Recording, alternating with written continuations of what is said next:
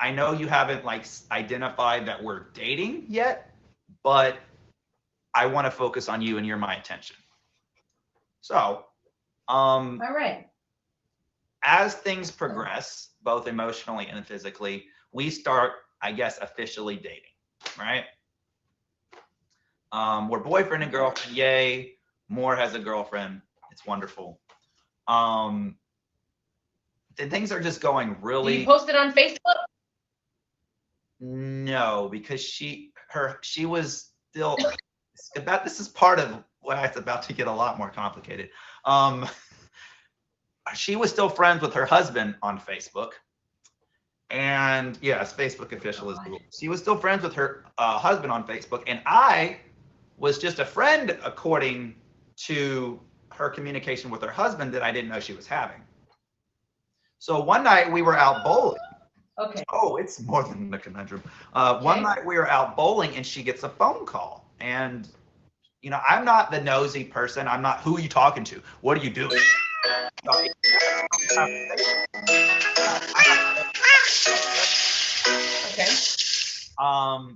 And so, but I noticed at the end of her conversation, she says, okay, bye, I love you. I just thought that was kind of strange. So I said, who are you talking to? She says, well, I was talking to Brian, my husband. And I'm like, you still tell your husband that you love him after everything that he did and all the abuse he put you through? And she says, well, I'm trying to keep him happy because I'm trying to get him to cooperate with a divorce. But she had been telling him about me, but I was just a friend. I was just a friend that was helping her readjust back in Texas. We're doing things a friend shouldn't be doing. And like I said, we weren't Right. technically having sex, but we were, and this is an important part of the story, or else I wouldn't bring it up. But we were doing everything but Mm-hmm. that. We were doing everything but that. Okay. Got it. Um, Got it. yeah. Anyways, so I I start feeling kind of weird about this. We're about maybe 2 months, 3 months into our actual, I guess, dating relationship, right? And I just feel weird ever since that Mm-hmm. phone call. I just start feeling really weird. Like there's something else going on with her, something that doesn't. Right. And I also start really feeling guilt about what I've allowed myself to do with this girl. Like I definitely started developing feelings for this girl. In about a month, I'm actually gonna actually fall in love. But I was already starting to fall in love with her, and I had never been in love before. So everyone knows your first love hits Right. home. It really, really does. So I started falling in love with this girl, but I also have significant feelings of guilt and shame about this, what we're doing physically, because of my faith. And so I tell her, Right. I go and I know what my pastor would say. So I talked to my pastor about, some of what's been going on with this relationship. And he tells me that, if she's going through the divorce and he's contesting it, and he said, I'm not saying you need to break up with her, but you definitely need to dial back what you're doing with Amber, physically, because that's not okay if they're technically still married, regardless of whether she identifies that they're married or not. They're on paper, they're still married. So Right. you need to wait Right. until that's done. So I tell her that, and she was already, and I told her at the beginning, like, we're not going to be having sex until this is over. Until it's official. I don't care if it takes Mm-hmm. 6 months, a year, 2 years. I don't care. We're not having sex. But then I told her we're going to start dialing back the other stuff, too, because I want to do things. I told her I want to do things. If you and I are really going to be together, I told her I'm starting to fall in love with you. I really want things to work out, but I want to do things the right way. I want to do things the right way. And she was Right. all on board with that. She was, from the beginning, with the no sex thing. She was okay with that. She was okay with dialing things back. She says she kept telling me more. I'm in love with you. That's all my priorities. I want to spend the rest of my life with you. I want to be your wife. I want to be the mother of your children. All I want is you. She Wow. would tell me this day after day. Wow. So they were eating that. Yeah. Day after day. All right. If you're just joining us, guys, this is Entanglements with It's Julie Baby. We are getting to the buildup of Moore's entanglement right now. Moore, so she's telling you she wants to be the mother of your children, loves you, wants to marry you, you are everything. And this Now is, and we're going 4 or 5, heading into 6 months in, and now, and I'm by this point I'm head over heels in love with her. I'm still kind of I'm still kind of feel a little iffy about the things that when she tells her husband that she loves him, but you know, she insists to me, she's like, hey baby, I promise you I'm just saying that to him because I want to, you know, keep him in a good mood for the divorce. You know, I don't have a whole lot of money, and I'm trying to get him I'm trying to butter him up and keep him in a good space. Right. But around 5, 6 months in, something else starts to happen that's kind of really, really concerning. Before this point, we would pretty much be spending all day, every day together. She would come home after work, and we'd have dinner, we'd hang out, we'd go out or we'd stay in. And then she would stay until about 5 in the morning and go home and where her mother lives, and she, you know, would go to work and do all the stuff that she needed to do because she did eventually get a job. But we were hanging out all day, every day, like in all of her free time. All of a sudden, she starts needing to go at like 8 o'clock. And she comes up with the dumbest reasons for why she needs to go. She's like, I've been neglecting my pets. You know, I have a dog and 2 cats, and you know, I just haven't been really spending a whole lot of time with them. And I need to not spend, you know, so much time with you, just because of the fact that you know, I have to spend time with my pet. You spend your time with your pets. That's the dumbest. But I was in love with this girl. You know, I mean, I was just, whatever she said would pretty much go. And I was so in love with her. I was doing things for her every day. Like every day I wanted to do something to show her how much I loved her. Like one day I would buy her flowers. The next day I would, you know, fill up her tank with gas for no reason. One day I would write her a poem. One day every day one day I would DoorDash her food, you know, anything. Every day I wanted to let her know that I felt she was special. And that I felt just so lucky to have her. And we even signed up. I play Ultimate Frisbee. I did before COVID. I played Ultimate Frisbee. It's one of my things I do in my free time. And I even introduced her to the sport.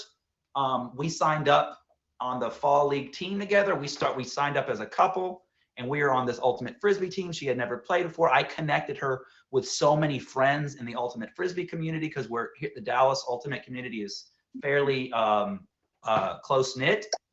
So I invited her to that. She just found a whole new mess of friends. And then.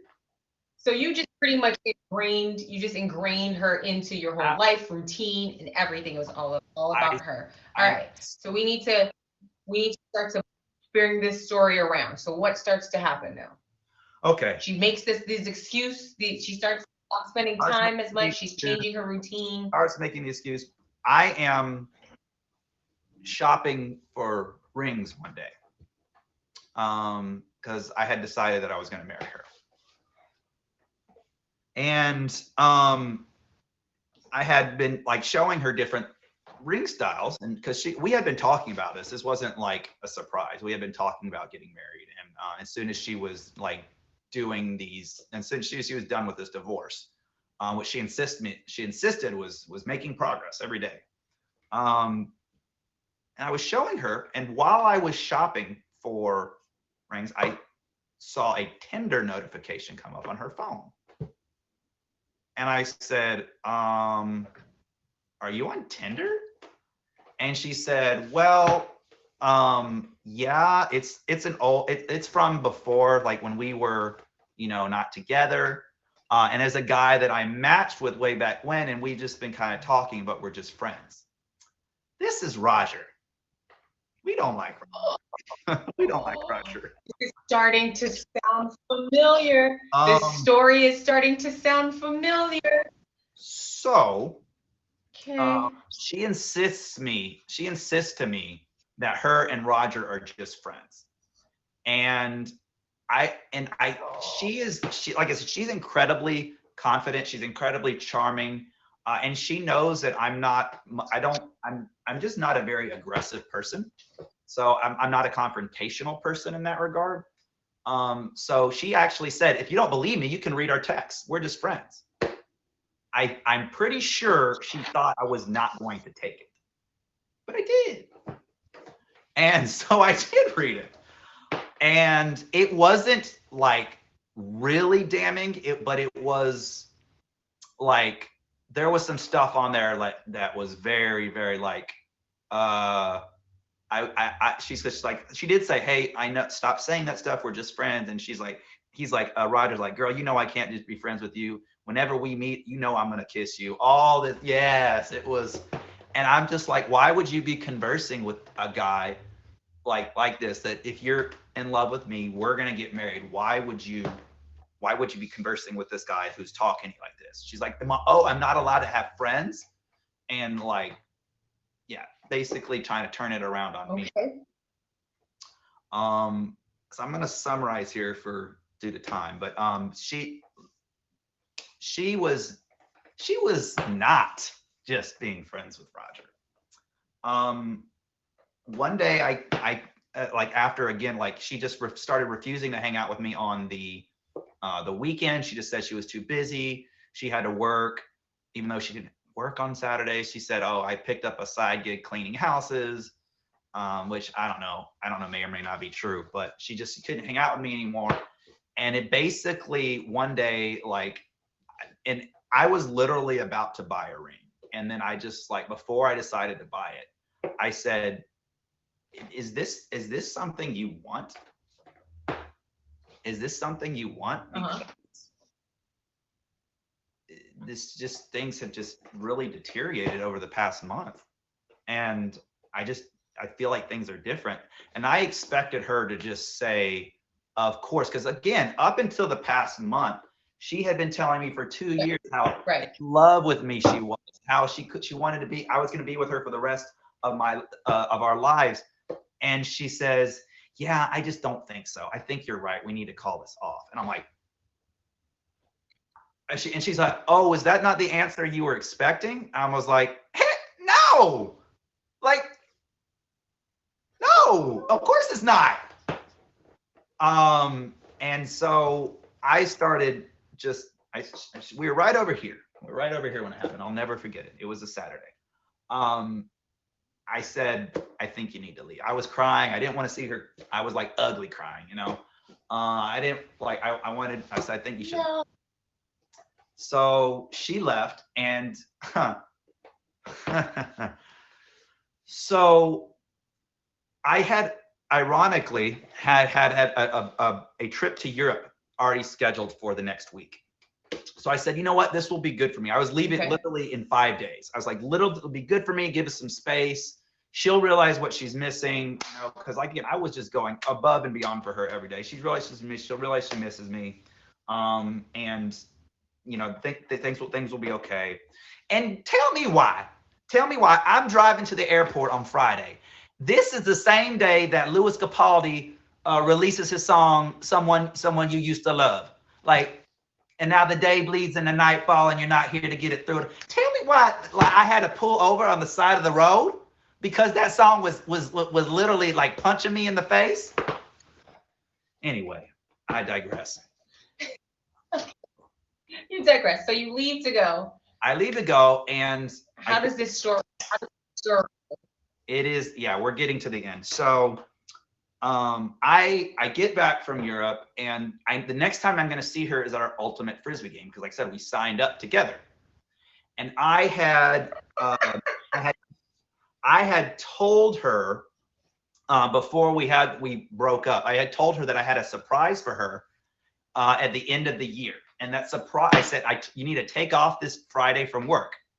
And because I have a surprise for you. And they were tickets to her favorite country artist, Jason Aldean.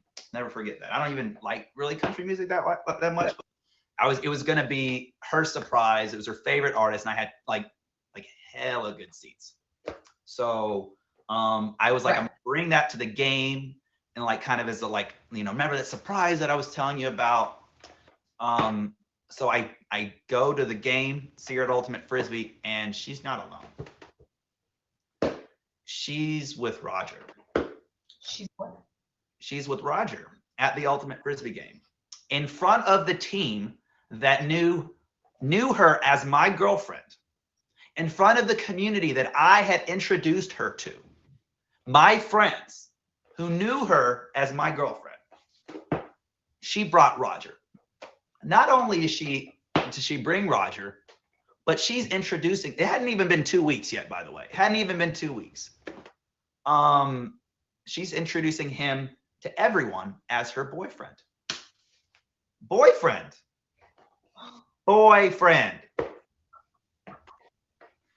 Come to find out, yeah, those times that she was leaving at 8 p.m. to go hang out with her dogs, yeah, her dog was Roger. So, that being said, that being said, I was a wreck that day when I saw her with him. I was like literally blaring like worship music in my ears just to get through the day. And at the time I was kind of angry with God because I was like, God, why? I felt just so like emotionally, like I just felt like a wreck. I felt like, why is he not providing me? Question. Yeah. Did you say hi to Roger? No. You shook Roger's hand? No. I avoided Roger. I had my headphones in. When I wasn't on the field, I would have left, but I felt like that would have been giving her the upper hand. She was not going to rob me of this. It wasn't going to happen. Of your Ultimate Frisbee team. Right. No, I wasn't. So all right. She's not going to. So after you find all of this, I'm a wreck. Where do we end this? Yeah. So I was a wreck. I was actually kind of upset with God because I felt like God was not giving me strength. I just felt like a wreck, but he was actually giving me strength. But anyways, I on a very nice note, a note that maybe not everybody would have followed, but I still gave her the tickets. And inside, right before I gave her the tickets, I wrote a little note to her on the sideline. And I said, I wanted this to be a surprise, but at the end of the day, I wanted you, I know that you're going to enjoy this and I want you to have them. So I gave her the tickets. I drove home that night. I just like collapsed in tears. Like when I just like, as soon as I shut the door, I was just like, just fell to the floor, started just like lost it. Right. So I didn't realize that I was actually a lot stronger during the game than I thought, because I just fell apart once I got, but that was the last I heard from her. It took me a while to get over that, but when I was kind of able to kind of take a step back and look at just the toxicity of what I had gotten